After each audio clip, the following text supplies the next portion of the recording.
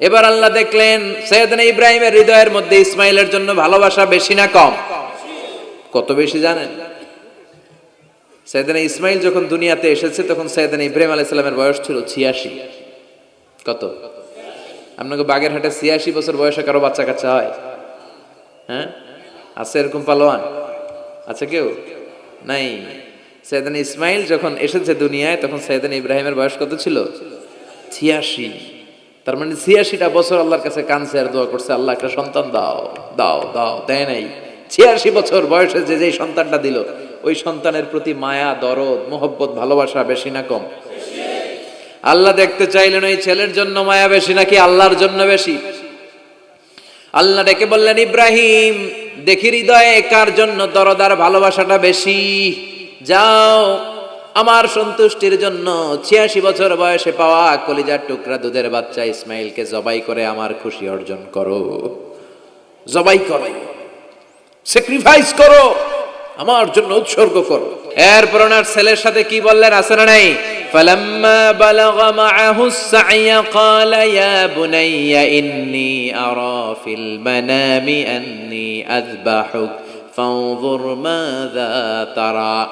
দুধের বাচ্চা ছোট্ট ইসমাইল ডেকে বলে, ও ইসমাইল, আমি স্বপ্নে দেখেছি আমি তোমারে জবাই করছি, এখন কি করব? সুবহানাল্লাহ। আমার আব্বা যদি আমার কইতো, আপনার বাবা যদি বলতো, আব্বা তোরে তো দেখছি স্বপ্নে জবাই করি, আমরা কইতাম, আব্বা আমার দেখেন না, আমার বড়টারে দেখছেন। কথা কন। আমরা বলতাম ছোটটারে দেখছেন, ওইটারে জবাই করেন, মাইজ্জাডারে করেন, বড়ডারে করেন, আইন আই হাইতান্ন। সুবহানাল্লাহ কইবেন না? কি বাবা, কি ছেলে! ইন্নী আরা ফিল মানামি আন্নী আযবাহুক ফানজুর মাযা তারা। ইসমাইল স্বপ্নে দেখেছি তোমারে জবাই করতেছি, কি করব কও? সাইয়েদনা ইব্রাহিম এই প্রশ্ন করার পরে সাইয়েদনা ইসমাইল বললেন, ক্বালা ইয়া আবাতি ফাআল মা তুমার। বাবা আপনি স্বপ্নে যা দেখেছেন ঠিক তাই করেন, যা দেখেছেন তাই করেন। আমগো পোলা গুলাও পোলা, ওনার পোলাও পোলা। সাতাজিদুনি ইনশাআল্লাহু মিনাস সাবিরিন। আব্বা আমি তো ডরাই না, আপনি ডরায়েন না। আমি ভয় পাই নাই, আমি ভয় আছে, আপনি ভয় পান কিনা? আল্লাহু আকবার। কি ছেলে দিয়েছিল আল্লাহ তারে! ইফআল মা তুমার সাতাজিদুনি ইনশাআল্লাহু মিনাস সাবিরিন। ও বাবা আপনি ভয় পায়েন না, ইনশাআল্লাহ আপনি আমারে ধৈর্যশীল দেখতে পাবেন, আপনি আমারে ধৈর্যশীল দেখতে পাবেন। তাহলে ছেলের সাথে কি কথা হয়েছে কোরআনে আছে না নাই? বলতে দেরি, ছুরি নিয়ে গলার মধ্যে ছুরি চালাতে 1 সেকেন্ডও দেরি করে নাই। সুবহানাল্লাহ পড়েন।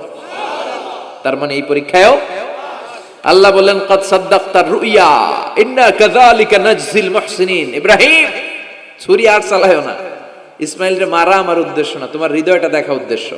এই ইসমাইল মরে গেলে তো সব ঘটনা উলট পালট লেগে যাবে, কারণ আখিরি জামানার পয়গম্বর বিশ্বনবী মুহাম্মদ রাসূলুল্লাহ সাল্লাল্লাহু আলাইহি ওয়াসাল্লাম এই ইসমাইলের বংশে পৃথিবীতে আগমন করবে। চিল্লায় কোন ঠিক কিনা? ইসমাইলকে বাঁচিয়ে রাখা আল্লাহর জন্য ওয়াজিব, আল্লাহ নিজের জন্য এটাকে আবশ্যক করেছেন। সুবহানাল্লাহ পড়েন। Could you imagine কি স্যাক্রিফাইস তিনি করেছেন? প্রতিটা পরীক্ষায় পাস। পরীক্ষার ফলাফলে আল্লাহ কি বললেন? তোমার আমি কি বানাইলাম? নেতা। নেতা হওয়া এত সোজা না। লিডারশিপ কোয়ালিটিটা অনেক গুরুত্বপূর্ণ কোয়ালিটি, এটা চাইলেই পাওয়া যায় না। এটা নিজেকে তিলে তিলে পরীক্ষায় উত্তীর্ণ করে, কষ্টি পাথর দিয়ে যাচাই বাছাই হওয়ার পরে নিজেকে প্রমাণ করে করে নেতা হতে হয়। চিৎকার করে বলেন ঠিক কিনা? আল্লাহ বললেন, আমি আমার খলিলরে খালি পরীক্ষার উপর পরীক্ষা নিলাম। যারে আল্লাহ ভালোবাসে বেশি তার জীবনে পরীক্ষাও। বিশ্বনবীরে আল্লাহ বুঝাতে চাইলেন, ও আমার নবী, আপনার জীবনটা পরীক্ষাময়। এত পরীক্ষা দেখে বিচলিত হওয়ার কিছু নাই, টেনশনে পড়ার কিছু নাই, নিরাশ হওয়ার কিছু নাই। আপনার পিতা ইব্রাহিমকেও এরকম অনেকগুলো আমি পরীক্ষা নিয়েছি, আর প্রতিটা পরীক্ষায় আমার ইব্রাহিম খলিল সফলতার সাথে উত্তীর্ণ হয়েছে। আসাদুন নাসি বালাআন আল আম্বিয়া। এই পৃথিবীতে সবচেয়ে বেশি বালা, মুসিবত আর পরীক্ষা আসে নবীদের। কাদের? সুম্মাল আমসাল ফাল আমসাল। এরপরে সিদ্দিকিনদের, শুহাদাদের, সালেহিনদের। ইবতালা আর রাজুলু হাসাবা দীনি। ব্যক্তির দিনদারি যত বেশি তার উপর আল্লাহর পরীক্ষাও। এজন্য মুমিন পরীক্ষাতে ভয় পায় না, মুমিন কখনো বিচলিত হয় না, মুমিন ভরসা রাখে একজনের উপর। চিল্লায় বলেন তিনি কে? আল্লাহ বললেন পরীক্ষার পর পাহাড় সম পরীক্ষা দিয়ে আমি আমার খলিল ইব্রাহিমকে যাচাই করেছি। একটা পরীক্ষায় ইব্রাহিম ফেল করে নাই, প্রতিটা পরীক্ষায় পাস।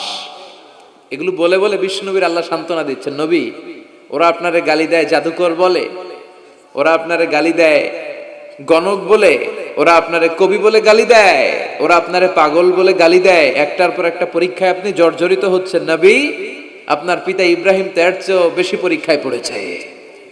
দুনিয়াতে আমরাও যারা পরীক্ষার শিখা, আমরাও সাইয়েদনা ইব্রাহিমের জীবনী থেকে শিক্ষা নেওয়ার দরকার আছে না নাই? গালি আসবে, মন্দ কথা আসবে, বিপদ আসবে, জেল জরিমানা আসবে, ঝুঁকি আসবে। এই ঝুঁকি আর রিস্কের মধ্য দিয়ে কালিমার দাওয়াতের প্রচারের কাজ করতে হবে। চিল্লায় এখন ঠিক কিনা? এটাই মুমিনের বৈশিষ্ট্য।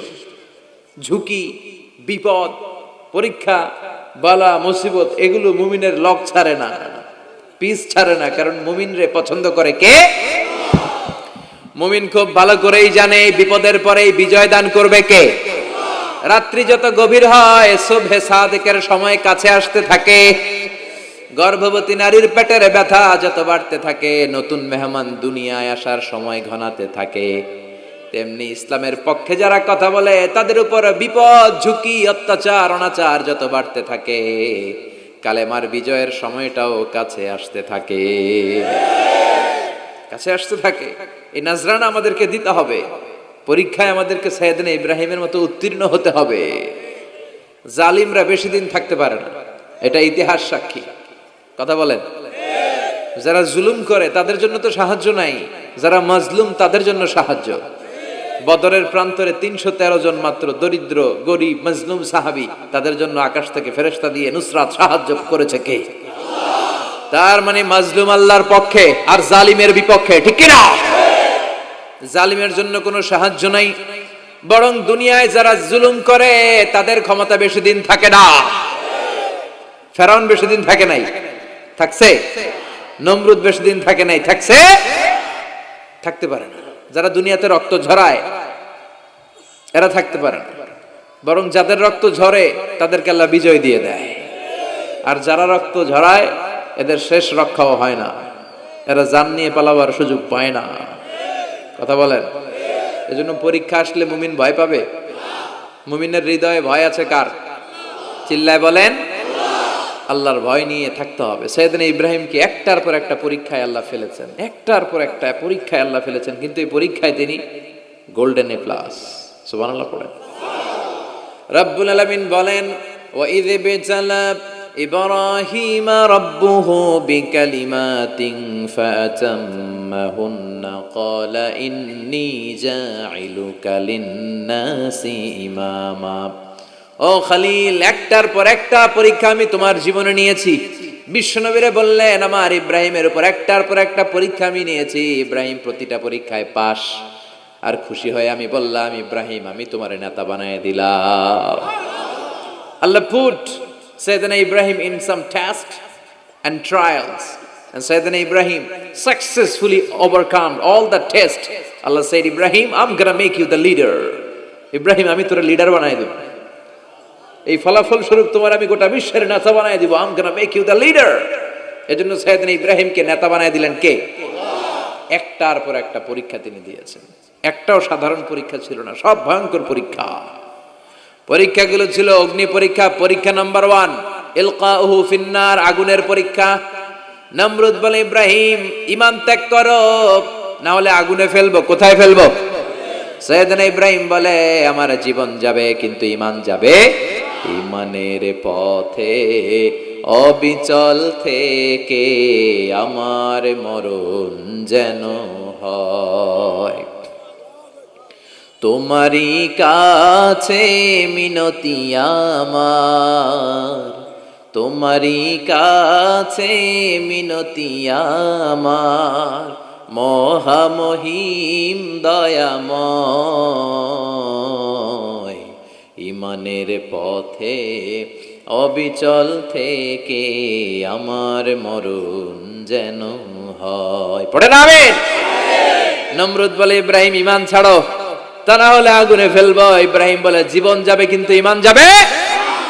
তার মানে পরীক্ষায় পাস, আগুনে ফেলে দেয়া হলো, ঈমান হারা করতে পারে নাই নমরুদ। তার মানে আগুনের পরীক্ষায় নাকি ফেল না পাস?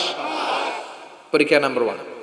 পরীক্ষা নাম্বার 2, আল্লাহ বললেন ইব্রাহিম কলিজার টুকরা সন্তান ইসমাইলকে আর প্রিয়তমা স্ত্রী হাজারকে মক্কার ধুধু প্রান্তরে রেখে আসো, যেখানে কোনো মানুষ নাই, কোনো পাখি নাই, কোনো প্রাণী নাই, কোনো খাওয়ার পানিও নাই, কেউ নাই, জনমানব শূন্য এলাকার মধ্যে ফ্যামিলির সবাইকে রেখে আসো, ইসমাইলরেও রেখে আসো, হাজারকেও রেখে আসো। কোনো টু শব্দ করলেন না। সাইয়েদনা ইব্রাহিম কিছু জিজ্ঞেস করলেন না, বলার সাথে সাথে ওনার স্ত্রী আর কলিজার টুকরা বাচ্চাটারে মক্কার ধুধু প্রান্তরে রেখে দিয়ে আসলেন। এই পরীক্ষায়ও, কথা বলেন, এই পরীক্ষায়ও আমাদেরকে যদি আল্লাহ বলে যাও তোমার সন্তান তোমার স্ত্রীকে রেখে আসো সাহারা মরুভূমিতে, পারবেন? হ্যাঁ, কি পরীক্ষা দিয়ে আল্লাহর প্রিয় হয়েছে। তার মানে আগুনের পরীক্ষায় পাস, ফ্যামিলি বিসর্জন দেওয়ার পরীক্ষায় পাস।